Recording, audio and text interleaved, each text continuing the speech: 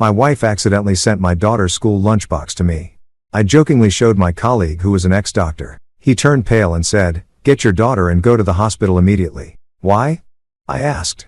"I can't explain now, it's horrible. Do as I say or your daughter won't survive." What I discovered at the hospital left me speechless. Chapter 1.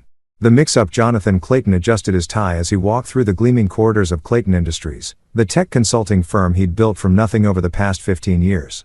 At 38, he'd achieved everything he'd dreamed of as a kid from the wrong side of Detroit. Success, respect, and most importantly, a family he'd die for. His phone buzzed with a text from his wife Christy. "Oops. Grabbed your briefcase by mistake. Emma's lunchbox is in your car." "Sorry, honey." Jonathan chuckled, shaking his head. Even after 8 years of marriage, Christy still had that scattered, endearing quality that had first attracted him. She was nothing like the calculating business partners he dealt with daily. She was warm, spontaneous, and completely devoted to their daughter Emma. He'd met Christy Shelton at a charity gala 5 years after his first wife died in a car accident. Christy was volunteering, radiant in a simple blue dress, genuinely caring about the cause rather than networking like everyone else. She'd been a breath of fresh air after years of grief and loneliness. When she'd accepted his proposal after just 6 months of dating, Jonathan felt like the luckiest man alive. Now, with 10-year-old Emma healthy and happy, and his business thriving, life felt perfect. Too perfect, sometimes. Jonathan had learned early that good things didn't last forever, but he pushed those thoughts aside. This was different. This was his family. "Mr. Clayton?" His assistant knocked on his office door. "Your 11 o'clock is here. Send them in, Marie." Jonathan pulled Emma's bright pink lunchbox from his briefcase. Smiling at the unicorn stickers she'd plastered all over it. He'd drop it off at her school after lunch. His meeting with Kenneth Lynch was supposed to be routine, discussing the security systems for Kenneth's new private practice. Kenneth had been one of the best trauma surgeons in the city before a malpractice lawsuit forced him to retire early. Now he was starting a concierge medical service for wealthy clients, the kind who valued discretion above all else. "Jonathan." Kenneth entered with his characteristic firm handshake. At 52, he still carried himself with the confidence of a man who'd saved thousands of lives. "Good to see you. How's the family?" "Can't complain. Emma's growing like a weed. And Christy's talking about redecorating the kitchen again." Jonathan gestured to the lunchbox on his desk. "Speaking of Emma, Christy accidentally packed this in my briefcase this morning." Kenneth's expression changed instantly. The color drained from his face as he stared at the lunchbox, his hands trembling slightly. The transformation was so dramatic that Jonathan felt a chill run down his spine. "Kenneth? What's wrong?" Kenneth stepped closer to the desk, his medical training kicking in as he examined the lunchbox without touching it. "Jonathan, I need you to listen to me very carefully. Don't let anyone else touch this. Don't open it. We need to get Emma and go to the hospital immediately." "What are you talking about?" "It's just a lunchbox. I can't explain everything right now, but your daughter's life may be in danger. That residue around the zipper, I've seen it before. It's not food. Trust me, Jonathan. I may have lost my license, but I haven't lost my ability to recognize poison." The word hit Jonathan like a physical blow. "Poison? That's impossible. Christy packed that lunch this morning. She would never dash." "I'm not accusing anyone yet," Kenneth interrupted, his voice urgent but professional. "But that white crystalline residue? It's consistent with arsenic compounds. Old school poison. Tasteless. Odorless when properly prepared. If someone's been introducing small doses over time." Jonathan's mind raced. Emma had been tired lately, complaining of stomach aches. Christy had taken her to 3 different doctors, all of whom said it was just a growth phase or stress from school. But what if it wasn't? "We called the police," Jonathan said, reaching for his phone. "Not yet." Kenneth grabbed his wrist. "If I'm right about what I'm seeing, this has been going on for months, maybe longer. Whoever's doing this is smart, patient, and has access to Emma regularly. We need evidence, and we need Emma safe first. One wrong move, and they could escalate." Jonathan felt his world tilting. Everything he thought he knew, everything he trusted, suddenly felt uncertain. But Kenneth was right about one thing. Emma's safety came first. "What do? We go to the hospital. I have a friend in toxicology who owes me a favor. We run blood tests on Emma, have this lunchbox analyzed properly. Once we know for sure what we're dealing with, we plan our next move." Jonathan grabbed his keys, his mind already shifting into the focused, strategic mode that had made him successful in business. But this wasn't about profit margins or market share. This was about his daughter's life. As they headed for the elevator, Jonathan couldn't shake the feeling that his perfect life was about to shatter into a million pieces. And somewhere in the back of his mind, a terrible suspicion was beginning to form, one he wasn't ready to face yet. Chapter 2 The diagnosis Emma Clayton sat on the hospital bed swinging her legs and chattering excitedly about the cool machines in the emergency room. At 10 years old she possessed Jonathan's quick wit and curiosity but thankfully hadn't inherited his tendency to worry about everything. To her this was an adventure. Daddy, why did you come get me from school? Mrs. Peterson said there was a family emergency, but everyone looks fine. Emma's bright eyes darted between Jonathan and Kenneth, who was speaking quietly with Dr. Lynette Levy, the hospital's head of toxicology. Jonathan forced a smile, running his fingers through Emma's dark hair. Just wanted to make sure you're feeling okay, sweetheart. You've been tired lately, remember? Sometimes Daddy worries too much. That's what Mommy always says. Emma giggled. She says you'd wrap me in bubble wrap if you could.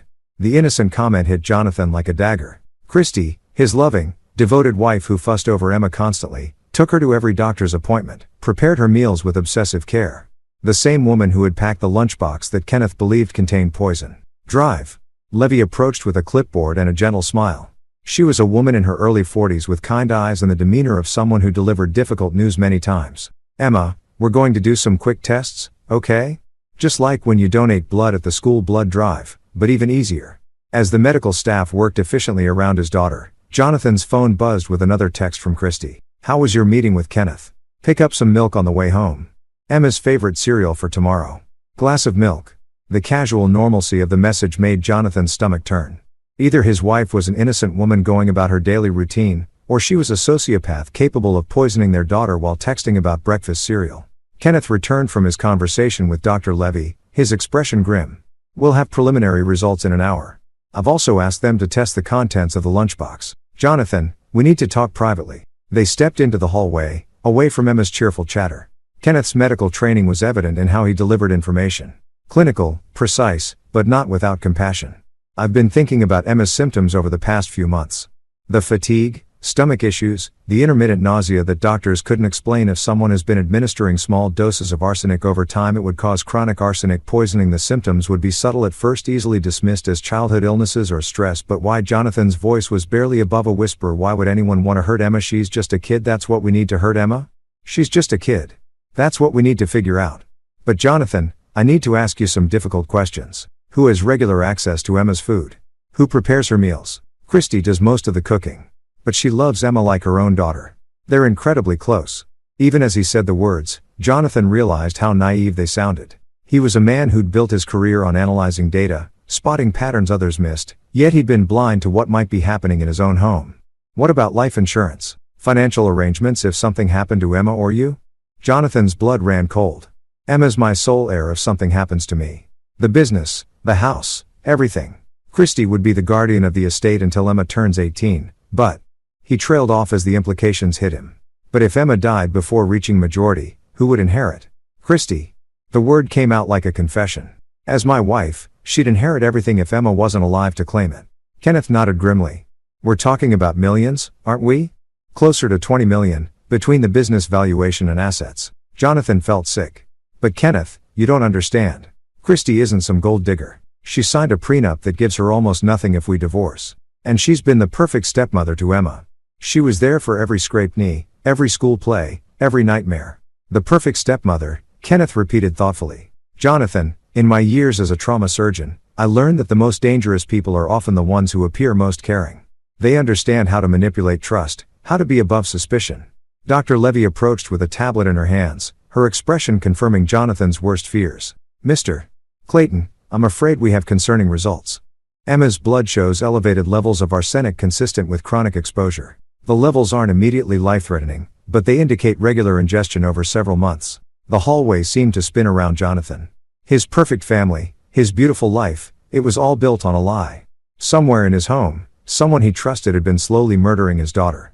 The lunchbox contents also tested positive for arsenic compounds mixed into what appears to be homemade cookies. Dr. Levy continued. We'll need to report this to the authorities and keep Emma under observation. No, the word came out harder than Jonathan intended. Doctor, I appreciate your concern, but I need time to handle this properly. Emma's safety is my priority, but if we involve police now without solid evidence, we risk tipping off whoever's doing this. Kenneth placed a hand on Jonathan's shoulder. He's right, Lynette. If this is domestic, and the perpetrator gets spooked, they might escalate or disappear. We need to be strategic. Dr. Levy looked uncomfortable, but nodded. I can keep Emma for observation under the guise of investigating her chronic fatigue. That gives you maybe 48 hours before I'm legally required to involve Child Protective Services. 48 hours to prove his wife was trying to kill his daughter. 48 hours to protect Emma while gathering evidence that could send Christy to prison for attempted murder. As Jonathan looked through the window at Emma, who was now coloring in a hospital coloring book and humming softly to herself, he felt something cold and determined settle in his chest. The loving husband and father was still there, but underneath, the ruthless businessman who'd clawed his way out of poverty was awakening. Christy had made a fatal mistake. She'd threatened his daughter. And Jonathan Clayton never lost when something truly mattered. Chapter 3, the investigation begins. Jonathan sat in his BMW outside Emma's school, watching other parents pick up their children. Normal parents with normal problems. Homework battles, soccer practice, what to make for dinner. He envied them their ignorant bliss. His phone showed 3 missed calls from Christy and a string of increasingly worried texts. Where are you guys? Emma's not at school.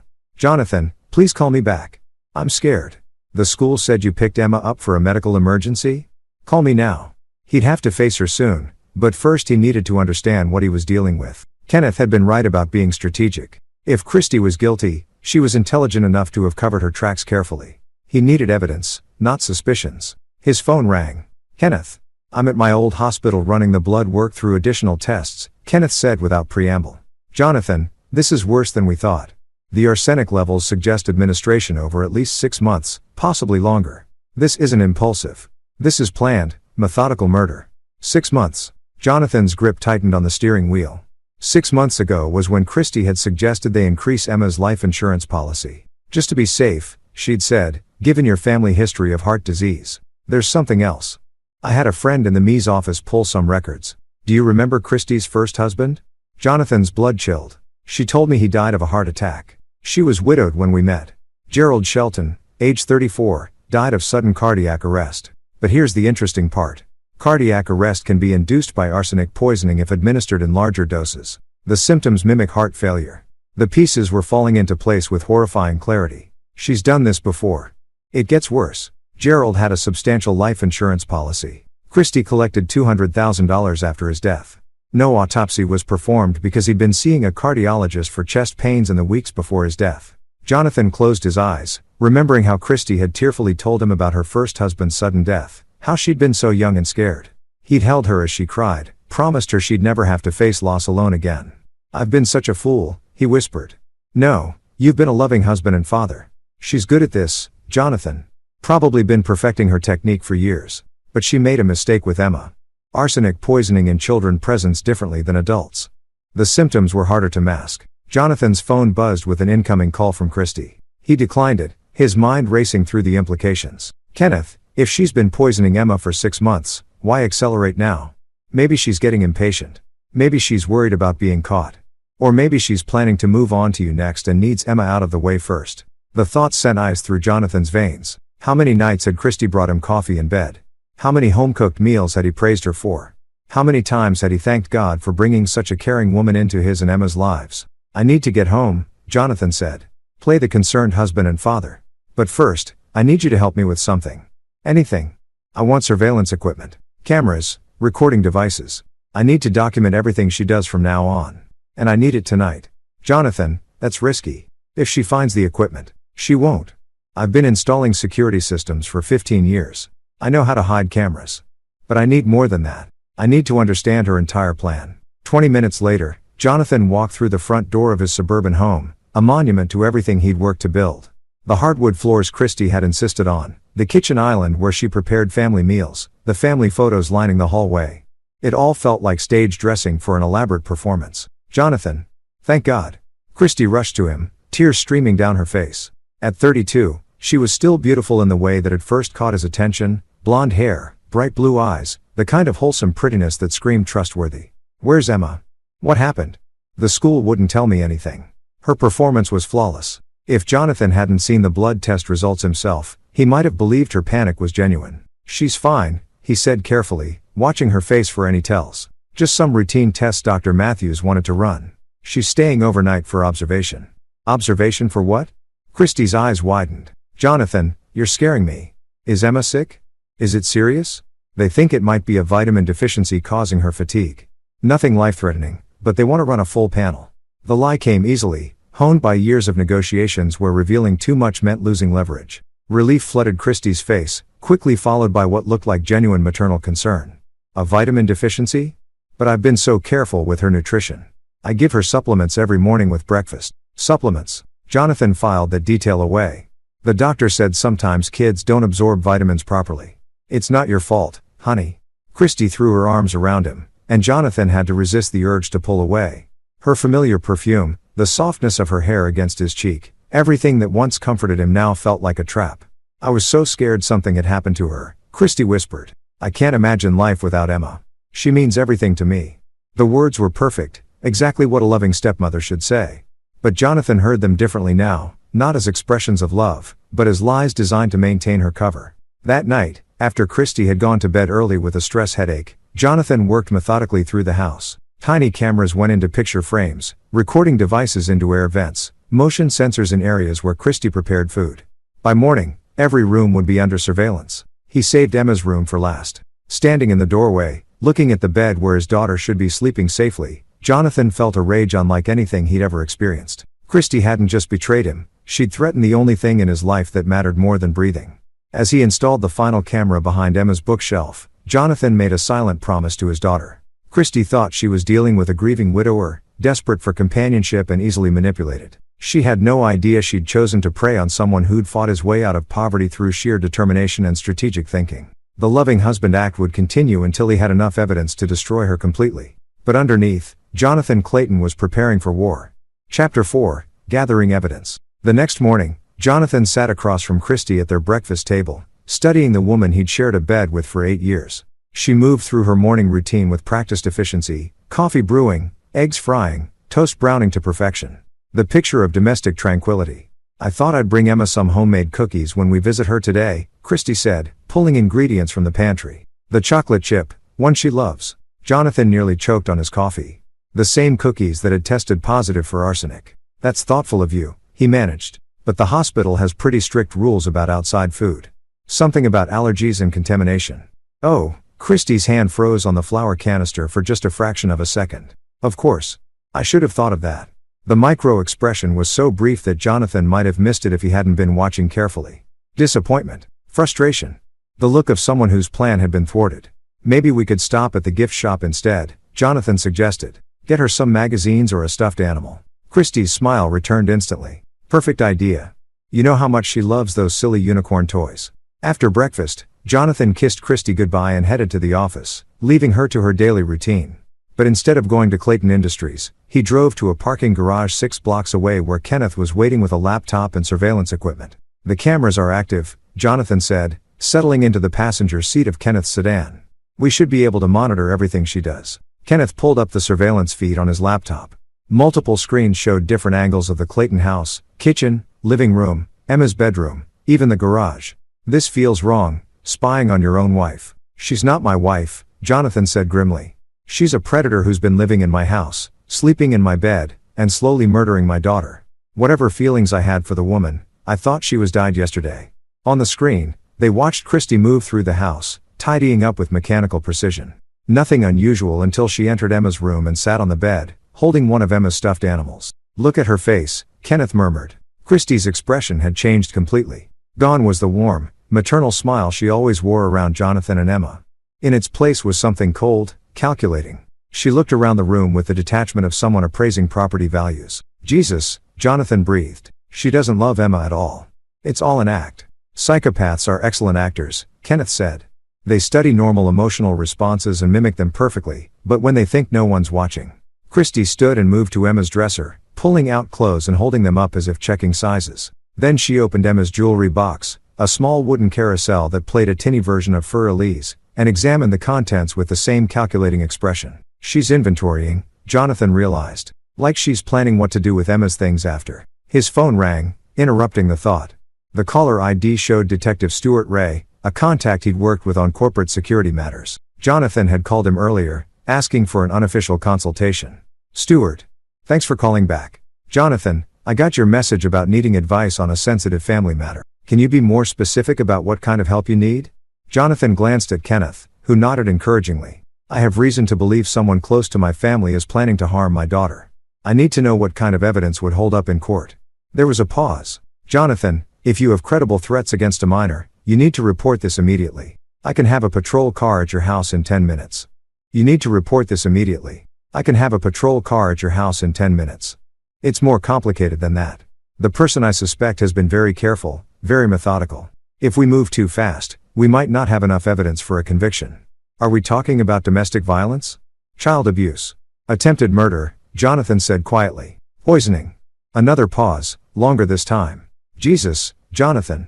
Who are we talking about here? My wife. The silence stretched until Jonathan wondered if the call had dropped. Finally, Stewart spoke, his voice carefully professional. Jonathan, accusations of spousal murder are serious. Extremely serious. The evidence standards are high, and if you're wrong, I'm not wrong. I have blood tests showing arsenic in my daughter's system and food samples testing positive. What I don't have is proof of who's been administering it. Then we need video evidence, documented patterns of behavior, financial motives clearly established. And Jonathan, we need to be absolutely certain. False accusations in a case like this can destroy lives. What about surveillance? If I can document her preparing poisoned food, obtained legally, with proper chain of custody, that would be significant. But you'd need to catch her in the act, and you'd need witnesses who could testify to what they observed. After ending the call, Jonathan stared at the surveillance monitor. Christy had moved to the kitchen and was preparing what looked like a grocery list. The normalcy of the scene was surreal. We need her to try again, Jonathan said suddenly. To poison Emma's food. Kenneth looked alarmed. Jonathan, that's incredibly dangerous. If something goes wrong, Emma's not coming home until we have solid evidence. But Christy doesn't know that. As far as she knows, Emma will be discharged today or tomorrow. She'll want to continue her plan. And if she doesn't take the bait? Jonathan's expression hardened. Then I'll make sure she does. Christy married me for my money, Kenneth. She's been patient, methodical, but she's also greedy. If I can make her believe she needs to accelerate her timeline. What are you thinking? I'm going to tell her I'm changing my will. That I'm concerned about Emma's health and want to set up a trust that bypasses Christy entirely if something happens to both Emma and me. Make her think her window of opportunity is closing. Kenneth shook his head. You're playing with fire, Jonathan. If she feels cornered, she might do something desperate. Good, Jonathan said coldly. Desperate people make mistakes. And when Christy Shelton makes her mistake, I'll be ready. On the monitor, Christy had moved to the computer in the home office. Jonathan couldn't see the screen, but her posture suggested she was researching something intently. I wonder what she's looking up, Kenneth mused. Jonathan had a sinking feeling he knew exactly what his wife was researching. And it wasn't vitamin deficiencies. Chapter 5 The trap is set. Jonathan arrived home that evening with a bouquet of flowers and a carefully constructed story. He found Christy in the kitchen, preparing what appeared to be a feast, Emma's favorite lasagna, garlic bread, and chocolate cake. What's all this? He asked, setting the flowers on the counter. Christy beamed at him. I thought we should have Emma's favorite meal ready for when she comes home tomorrow. The poor thing must be so scared in that hospital. The maternal concern in her voice was pitch perfect. If Jonathan hadn't seen the surveillance footage of her cold calculation in Emma's room, he might have been moved by her apparent devotion. Actually, that's what I wanted to talk to you about, Jonathan said, accepting her kiss on the cheek. The doctors want to keep Emma for a few more days. They're concerned about some irregularities in her blood work. Christy's face crumpled with worry. Irregularities? What kind of irregularities? Jonathan, you're not telling me everything, are you? It's probably nothing serious. Jonathan lied smoothly. But it got me thinking about our future, about making sure Emma's protected no matter what happens. He moved to the wine rack and selected a bottle of Christy's favorite Chardonnay, playing the part of the thoughtful husband. I called Gerard Spence today. I want to update my will. Christy went very still. Updated how? Well, with Emma having health issues, I want to make sure there are provisions in place if something happens to her before she reaches adulthood. Jonathan washed his wife's face carefully as he opened the wine. I'm thinking about setting up a charitable trust.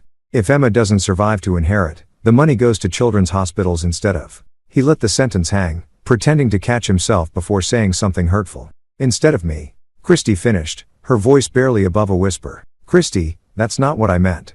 I just want to make sure Emma's memory is honored if the worst happens. You understand, right? The mask slipped for just a moment. Jonathan caught a flash of something vicious in his wife's eyes before she composed herself. Of course I understand. Emma should always come first. But Jonathan could see the wheels turning behind her perfect smile.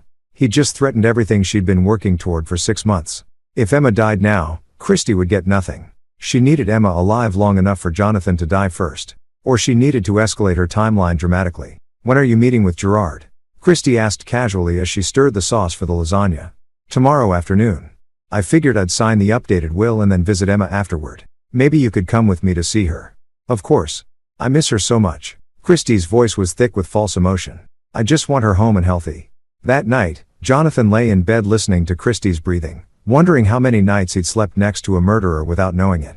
When he was certain she was asleep, he slipped quietly from the bedroom and checked his surveillance setup. Kenneth had positioned himself in a van across the street, monitoring the feeds and recording everything. Jonathan sent him a text, Phase 1 complete.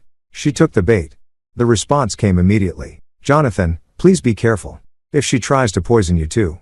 Jonathan had considered that possibility. Christy might decide that eliminating him first would be more efficient than continuing to slowly kill Emma. But he was counting on her methodical nature. She'd spent months perfecting Emma's poisoning. She wouldn't want to risk a different approach with him unless she was desperate. The next morning, Christy was unusually attentive. She made his favorite breakfast, kissed him goodbye twice, and reminded him to give Emma her love. The performance was flawless, but Jonathan noticed she'd prepared an extra lunch, a thermos of soup, in case Emma's feeling up to eating something from home. The hospital really doesn't allow outside food, Jonathan reminded her. I know, but maybe the nurses would make an exception? It's just soup, and she's been eating so poorly lately. Jonathan took the thermos without arguing, knowing it would be tested within the hour. If Christy had poisoned it, he'd have the evidence he needed. At the hospital, Dr. Levy confirmed what Jonathan suspected. The soup contains enough arsenic to cause serious harm, possibly death, if consumed in full.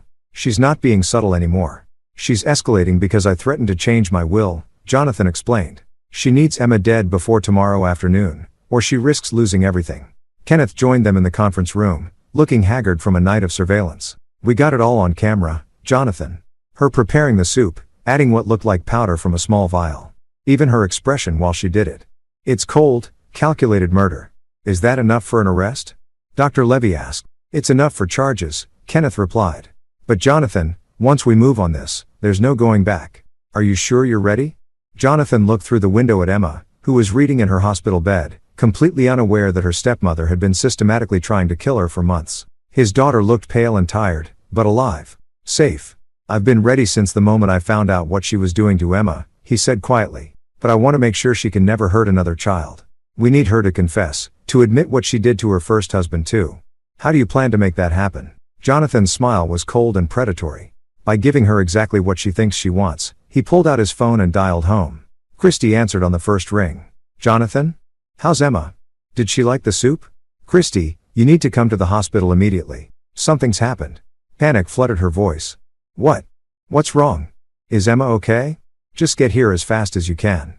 Room 314 in the pediatric wing. He hung up without another word, knowing Christy would interpret his abrupt tone as devastation. She'd think Emma had died, that her plan had finally worked. And when she arrived at the hospital expecting to console her grieving husband, she'd find Detective Stuart Ray waiting with handcuffs instead. The trap was set. Now all Jonathan had to do was watch his wife walk into it. Chapter 6 The Confrontation 37 minutes after Jonathan's call, Christy burst through the hospital doors with tears streaming down her face and desperation in her eyes. She'd dressed hastily, mismatched shoes, inside-out sweater, the picture of a devastated mother rushing to her child's bedside. Jonathan watched her approach from the end of the hallway, flanked by Detective Ray and Kenneth. Her performance was Oscar-worthy, the stumbling run, the choked sobs, the way she clutched her purse like a lifeline. If he didn't know better, he might have believed she was genuinely terrified for Emma's well-being. Jonathan. Christy reached him and threw herself into his arms. What happened? Please tell me Emma's okay. Please tell me she's going to be alright. Over her shoulder, Jonathan made eye contact with Detective Ray, who nodded slightly. Everything was being recorded. Christy. Jonathan said carefully, we need to talk. I don't want to talk. I want to see Emma. Where is she? Why won't you tell me what happened? She's safe? Jonathan said, gently extracting himself from her embrace. But we have some questions about her condition. For the first time, Christy seemed to notice Detective Ray's presence. Questions? I don't understand. Who is this? Detective Stuart Ray, ma'am. I'd like to speak with you about your daughter's presence. Questions? I don't understand. Who is this? Detective Stuart Ray, ma'am. I'd like to speak with you about your daughter's illness. Stepdaughter. Christy corrected automatically, then seemed to realize how that sounded. I mean, Emma's not my biological daughter, but I love her like she is. I'd do anything for that little girl. I'm sure you would, Detective Ray said dryly. Mrs. Clayton, are you aware that Emma has been suffering from arsenic poisoning? The color drained from Christie's face so completely that for a moment, Jonathan thought she might faint, but her reaction was wrong. Instead of shock or confusion, he saw fear and calculation flickering behind her eyes. Arsenic poisoning? That's impossible. How could? Where would she have been exposed to arsenic? That's what we're trying to determine, Detective Ray replied. Can you think of anyone who might want to harm Emma? Anyone with access to her food or beverages?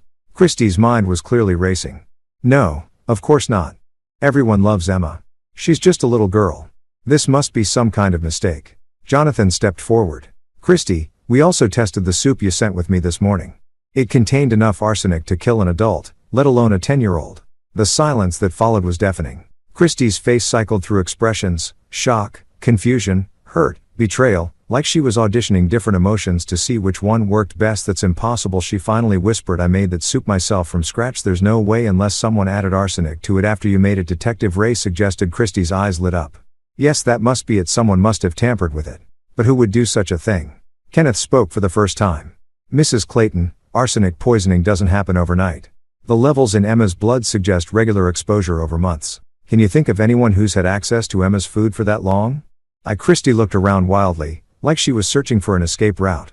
I prepare most of Emma's meals. But Jonathan's housekeeper comes twice a week, and there's the school cafeteria and... Christie. Jonathan's voice cut through her rambling.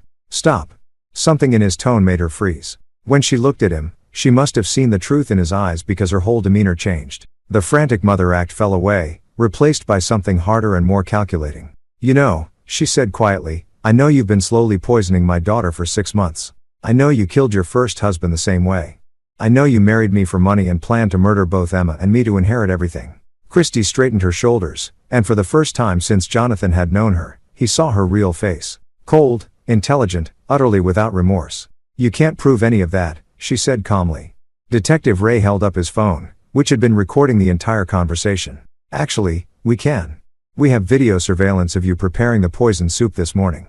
We have financial records showing your research into Jonathan's assets and insurance policies. And we have testimony from doctors regarding your first husband's suspicious death. Gerald died of a heart attack. There was never any suggestion of foul play. There is now, Kenneth interjected. I had his body exhumed yesterday. The arsenic levels in his hair and bone marrow tell quite a story, Mrs. Clayton. Or should I call you Mrs. Shelton? I notice you never legally changed your name. For the first time, genuine panic flickered in Christie's eyes. But she rallied quickly, turning back to Jonathan with tears that looked almost real. Jonathan, please. You have to believe me. I love Emma. I love you. I would never hurt either of you. You poisoned our daughter, Jonathan said flatly. You fed her cookies laced with arsenic and watched her get sicker every day. You held her when she cried from stomach pain that you caused. That's not. I didn't. You researched arsenic toxicity on our home computer. You purchased white arsenic powder using a fake name and had it delivered to a P.O. box. You've been practicing murder for 6 months, perfecting your technique. Christie's mask finally slipped completely. The tears stopped, her posture straightened, and when she spoke, her voice was ice cold. You think you're so smart, don't you, Jonathan? The brilliant businessman who built an empire from nothing. But you were so easy to manipulate. So desperate for a mother for your precious Emma that you never bothered to check my background thoroughly. Actually, I did, Jonathan replied. After Emma got sick, I had a very thorough investigation done. Christie Shelton doesn't exist, does she? Your real name is Christina Marlowe, and you've been married 3 times before Gerald. 2 of those husbands also died under mysterious circumstances. The shock on Christie's face was genuine this time. That's impossible. I covered my tracks. Not well enough. Did you really think I'd build a successful business by being careless? I know about Robert Martinez in Phoenix, who died of a heart attack at 31. I know about David Kim in Seattle, who had a fatal allergic reaction to shellfish he'd never been allergic to before. I know about the insurance money you collected each time. Detective Ray stepped forward with handcuffs.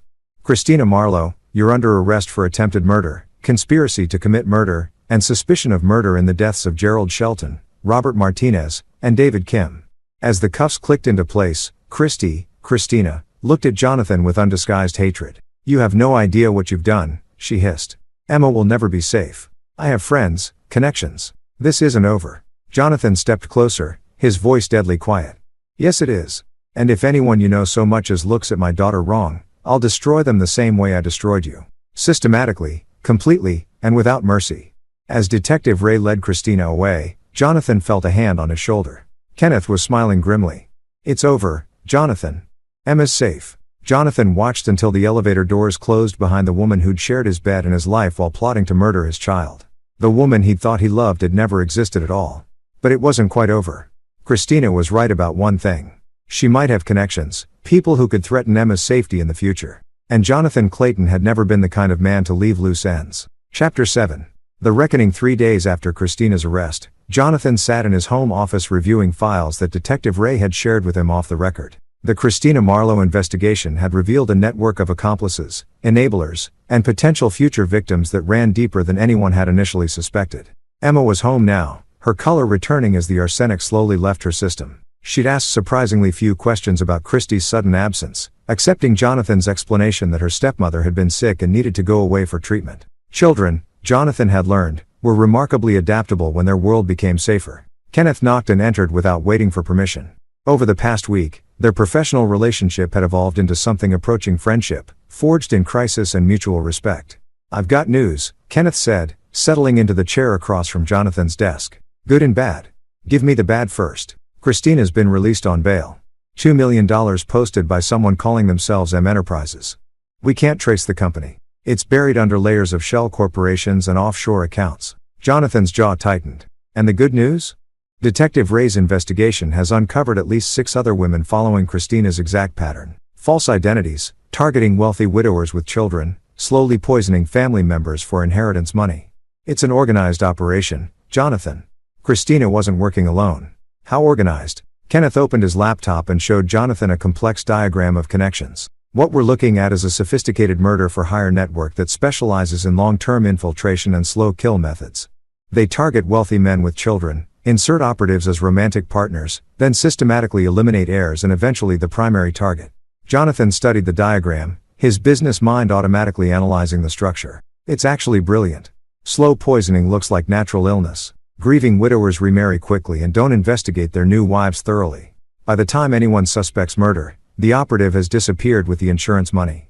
Christina was one of their best," Kenneth continued. 3 successful operations before you, over $6 million in collected insurance and inheritance money. The network takes a percentage and provides new identities, documentation, and target research. Who runs it? Someone with resources and connections in law enforcement, medicine, and finance. Someone who can forge documents, manipulate autopsy reports, and make people disappear when necessary. Jonathan leaned back in his chair, processing the implications. Christina's threat about having friends suddenly seemed much more credible. Even if she went to prison, the network would remain operational and Emma would always be a potential target. "Detective Ray can't touch them, can he?"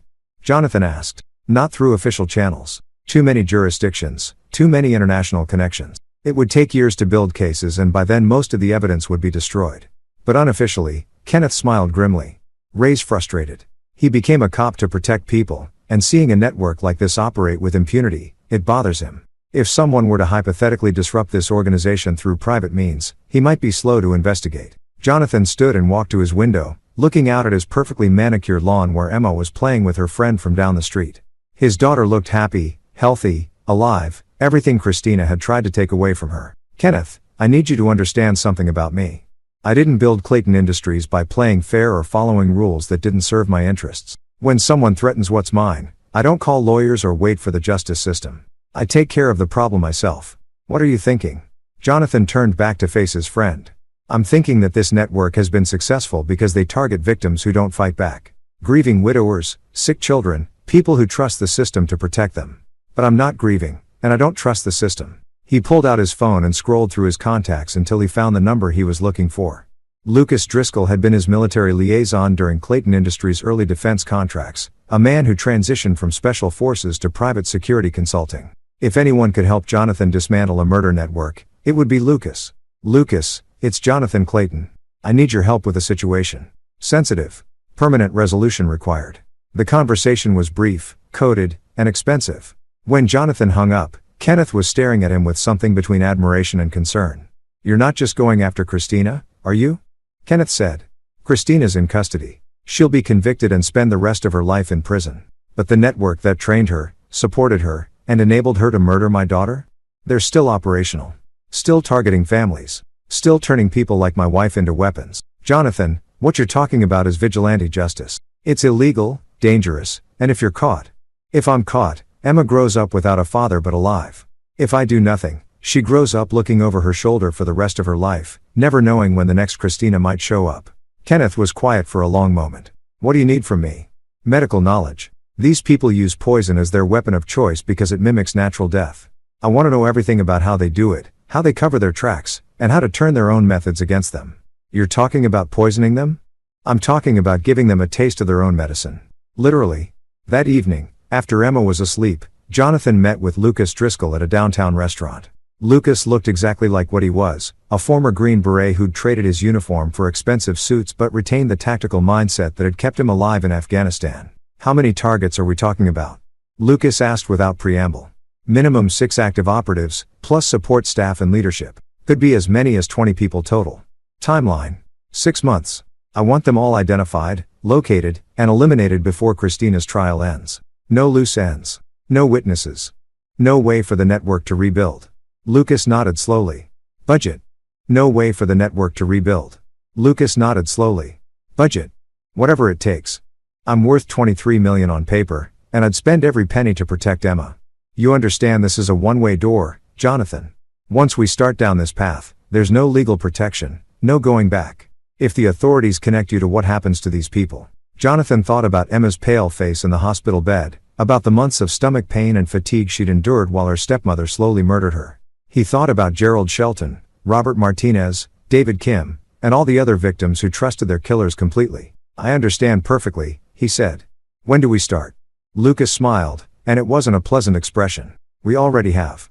I've been tracking Christina's network since Detective Ray shared the intelligence yesterday. 3 of their operatives are currently active. 1 in Dallas, 1 in Phoenix, 1 in Miami. All 3 are in the process of slowly killing children for inheritance money. Then we save those children first. My thoughts exactly. Consider it a field test for the bigger operation. As they shook hands, Jonathan felt a cold satisfaction settle in his chest. The network had made a fatal error when they chose Emma as a target. They'd awakened something in Jonathan that he'd kept buried since his days fighting his way out of poverty. The part of him that would do anything, hurt anyone, cross any line to protect what mattered most. Christina Marlowe and her associates were about to learn that some victims fight back.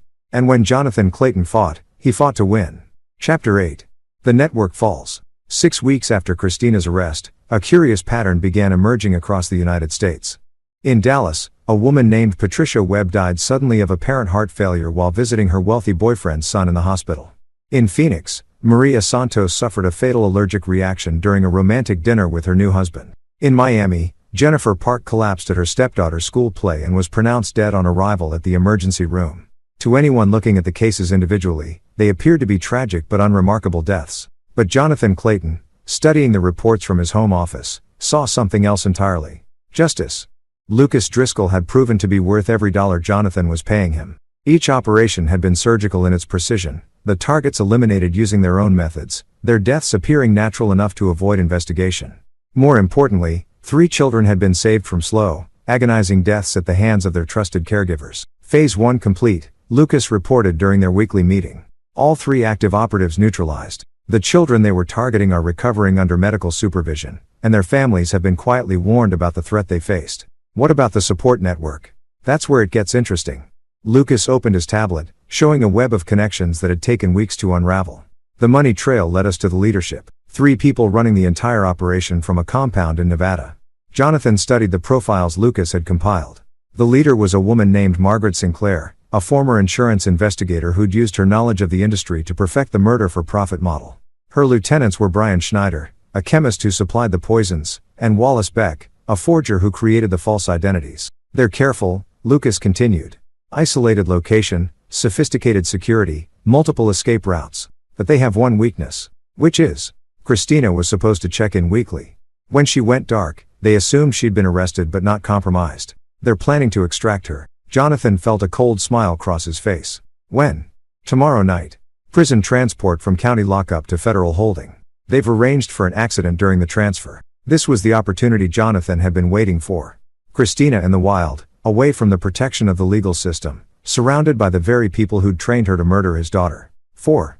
Christina in the wild, away from the protection of the legal system, surrounded by the very people who trained her to murder his daughter.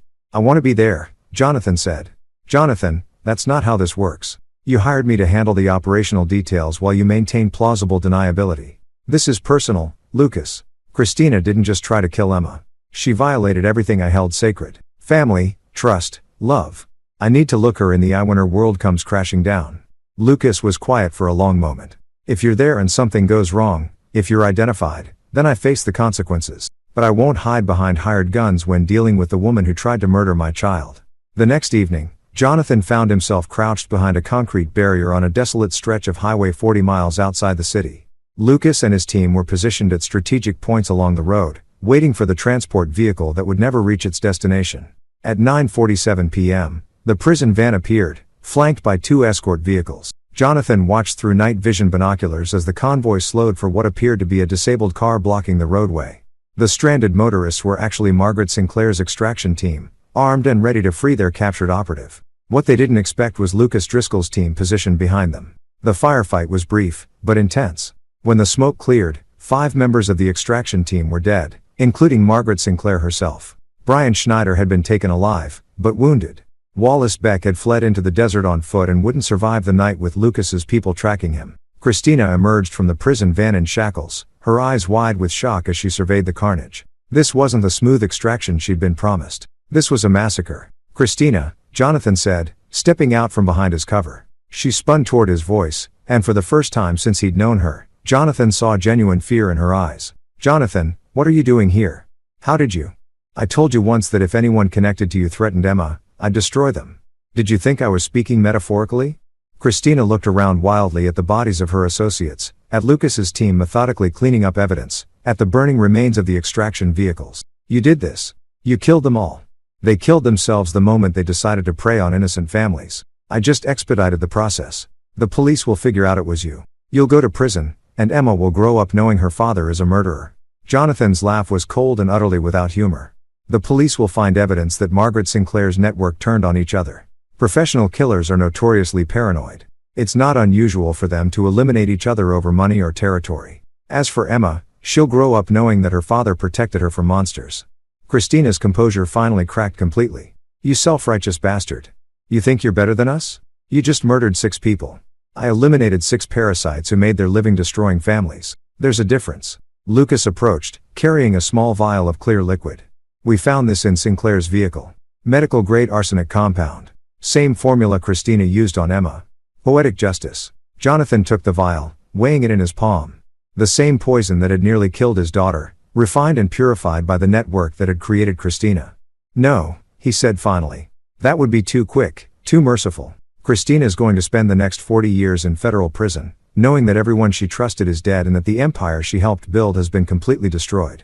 Death would be a kindness she doesn't deserve. He handed the vial back to Lucas. Make sure this gets to Detective Ray, along with all the evidence we've collected about the network's operations. Let the families of their victims have closure.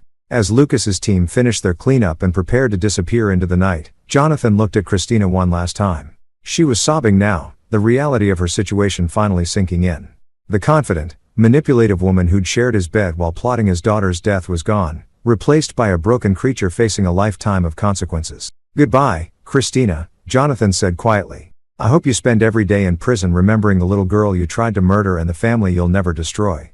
He walked away without looking back, leaving her shackled by the side of the road for the authorities to find when the prison van's GPS tracker led them to the scene.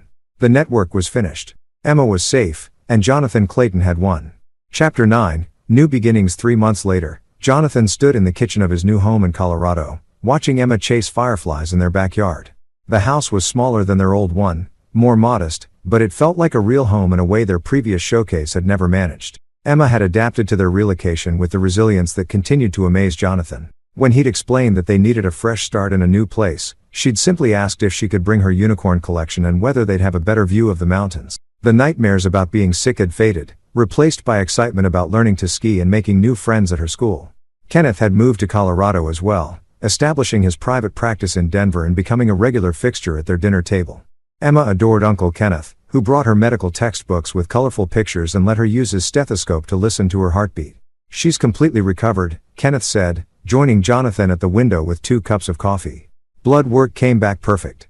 No trace of arsenic, liver function normal, energy levels better than most kids her age. Sometimes I wake up in the middle of the night and check on her, Jonathan admitted, Just to make sure she's still breathing, still safe. That's natural. What you both went through, it changes you. But Emma's stronger because of it, in ways she might not even understand yet. The trial had been a sensation, lasting 6 weeks and drawing national media attention. Christina's conviction on multiple counts of attempted murder, conspiracy, and racketeering had resulted in a sentence of life, without parole.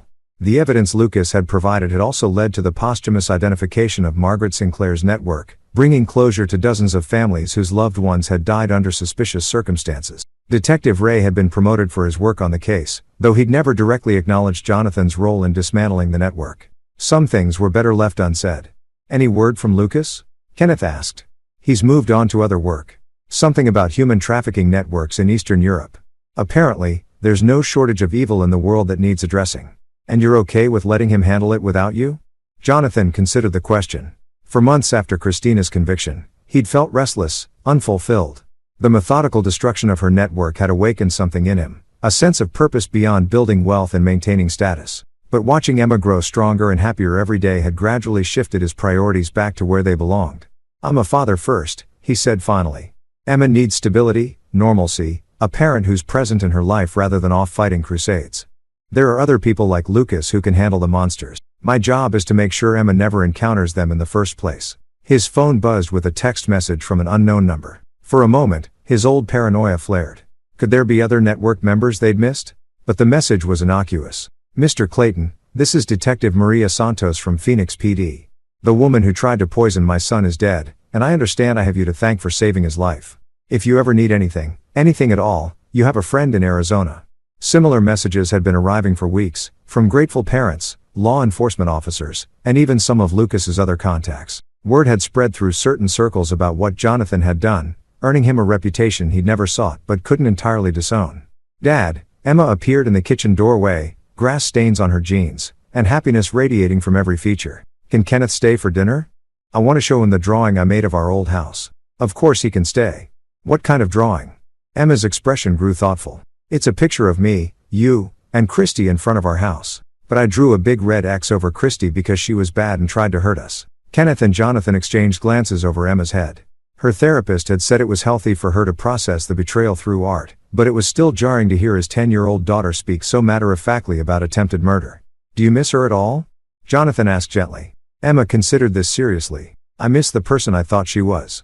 The one who made chocolate chip cookies and read me bedtime stories. But that person wasn't real, was she? No, sweetheart. That person was just pretend. Then I don't really miss her. You can't miss someone who never existed. The simple wisdom in Emma's words struck Jonathan like a revelation. He'd spent months grieving the loss of his marriage, the betrayal of his trust, the destruction of what he'd thought was a happy family. But Emma was right. The woman he'd mourned had never been real. Christina Marlowe, the loving stepmother, had been an elaborate performance designed to facilitate murder. What he'd lost wasn't love, it was an illusion. What he'd gained was the truth and the unshakable knowledge that he would do anything to protect his daughter. Dad, Emma's voice pulled him from his thoughts. Are you okay? Jonathan knelt down and pulled his daughter into a hug, breathing in the scent of grass and innocence that represented everything good in his world. I'm perfect, Em. We both are. That night, after Emma had gone to bed and Kenneth had returned to his apartment in Denver, Jonathan sat on his porch looking up at stars that were visible here in a way they'd never been in the city. His phone showed several missed calls from reporters still trying to get interviews about the Black Widow Network case, but he'd stopped returning their calls weeks ago. The story they wanted to tell wasn't the one that mattered. They were fascinated by the murder plots, the conspiracy, the dramatic downfall of a criminal organization. But the real story was simpler. A father had protected his child, no matter the cost. Christina Marlowe was spending her days in federal prison, her network was destroyed, and Emma was safe. More importantly, Emma was happy, healthy, and growing up with the knowledge that she was loved unconditionally. In the end, that was the only victory that mattered. As Jonathan headed inside to check on his daughter one last time before bed, he reflected on how much had changed since that morning when Kenneth had first looked at Emma's lunchbox with horror. The naive businessman who'd trusted completely and loved blindly was gone, replaced by someone harder and more vigilant. But as he watched Emma sleep peacefully, surrounded by stuffed animals and drawings of their new life, Jonathan knew he wouldn't change a thing. The price of protecting his daughter had been steep. His innocence, his trust, perhaps even his soul. But Emma's life, Emma's future, Emma's happiness were worth any sacrifice. The monsters were gone. The family was safe. And Jonathan Clayton had learned that sometimes the greatest love requires the darkest actions. It was a lesson he hoped he'd never have to apply again, but one he'd carry for the rest of his life. When someone threatens your family, you don't call the police, you don't wait for justice, and you don't show mercy. You simply win. This is where our story comes to an end. Share your thoughts in the comment section. Thanks for your time. If you enjoy this story, please subscribe to this channel.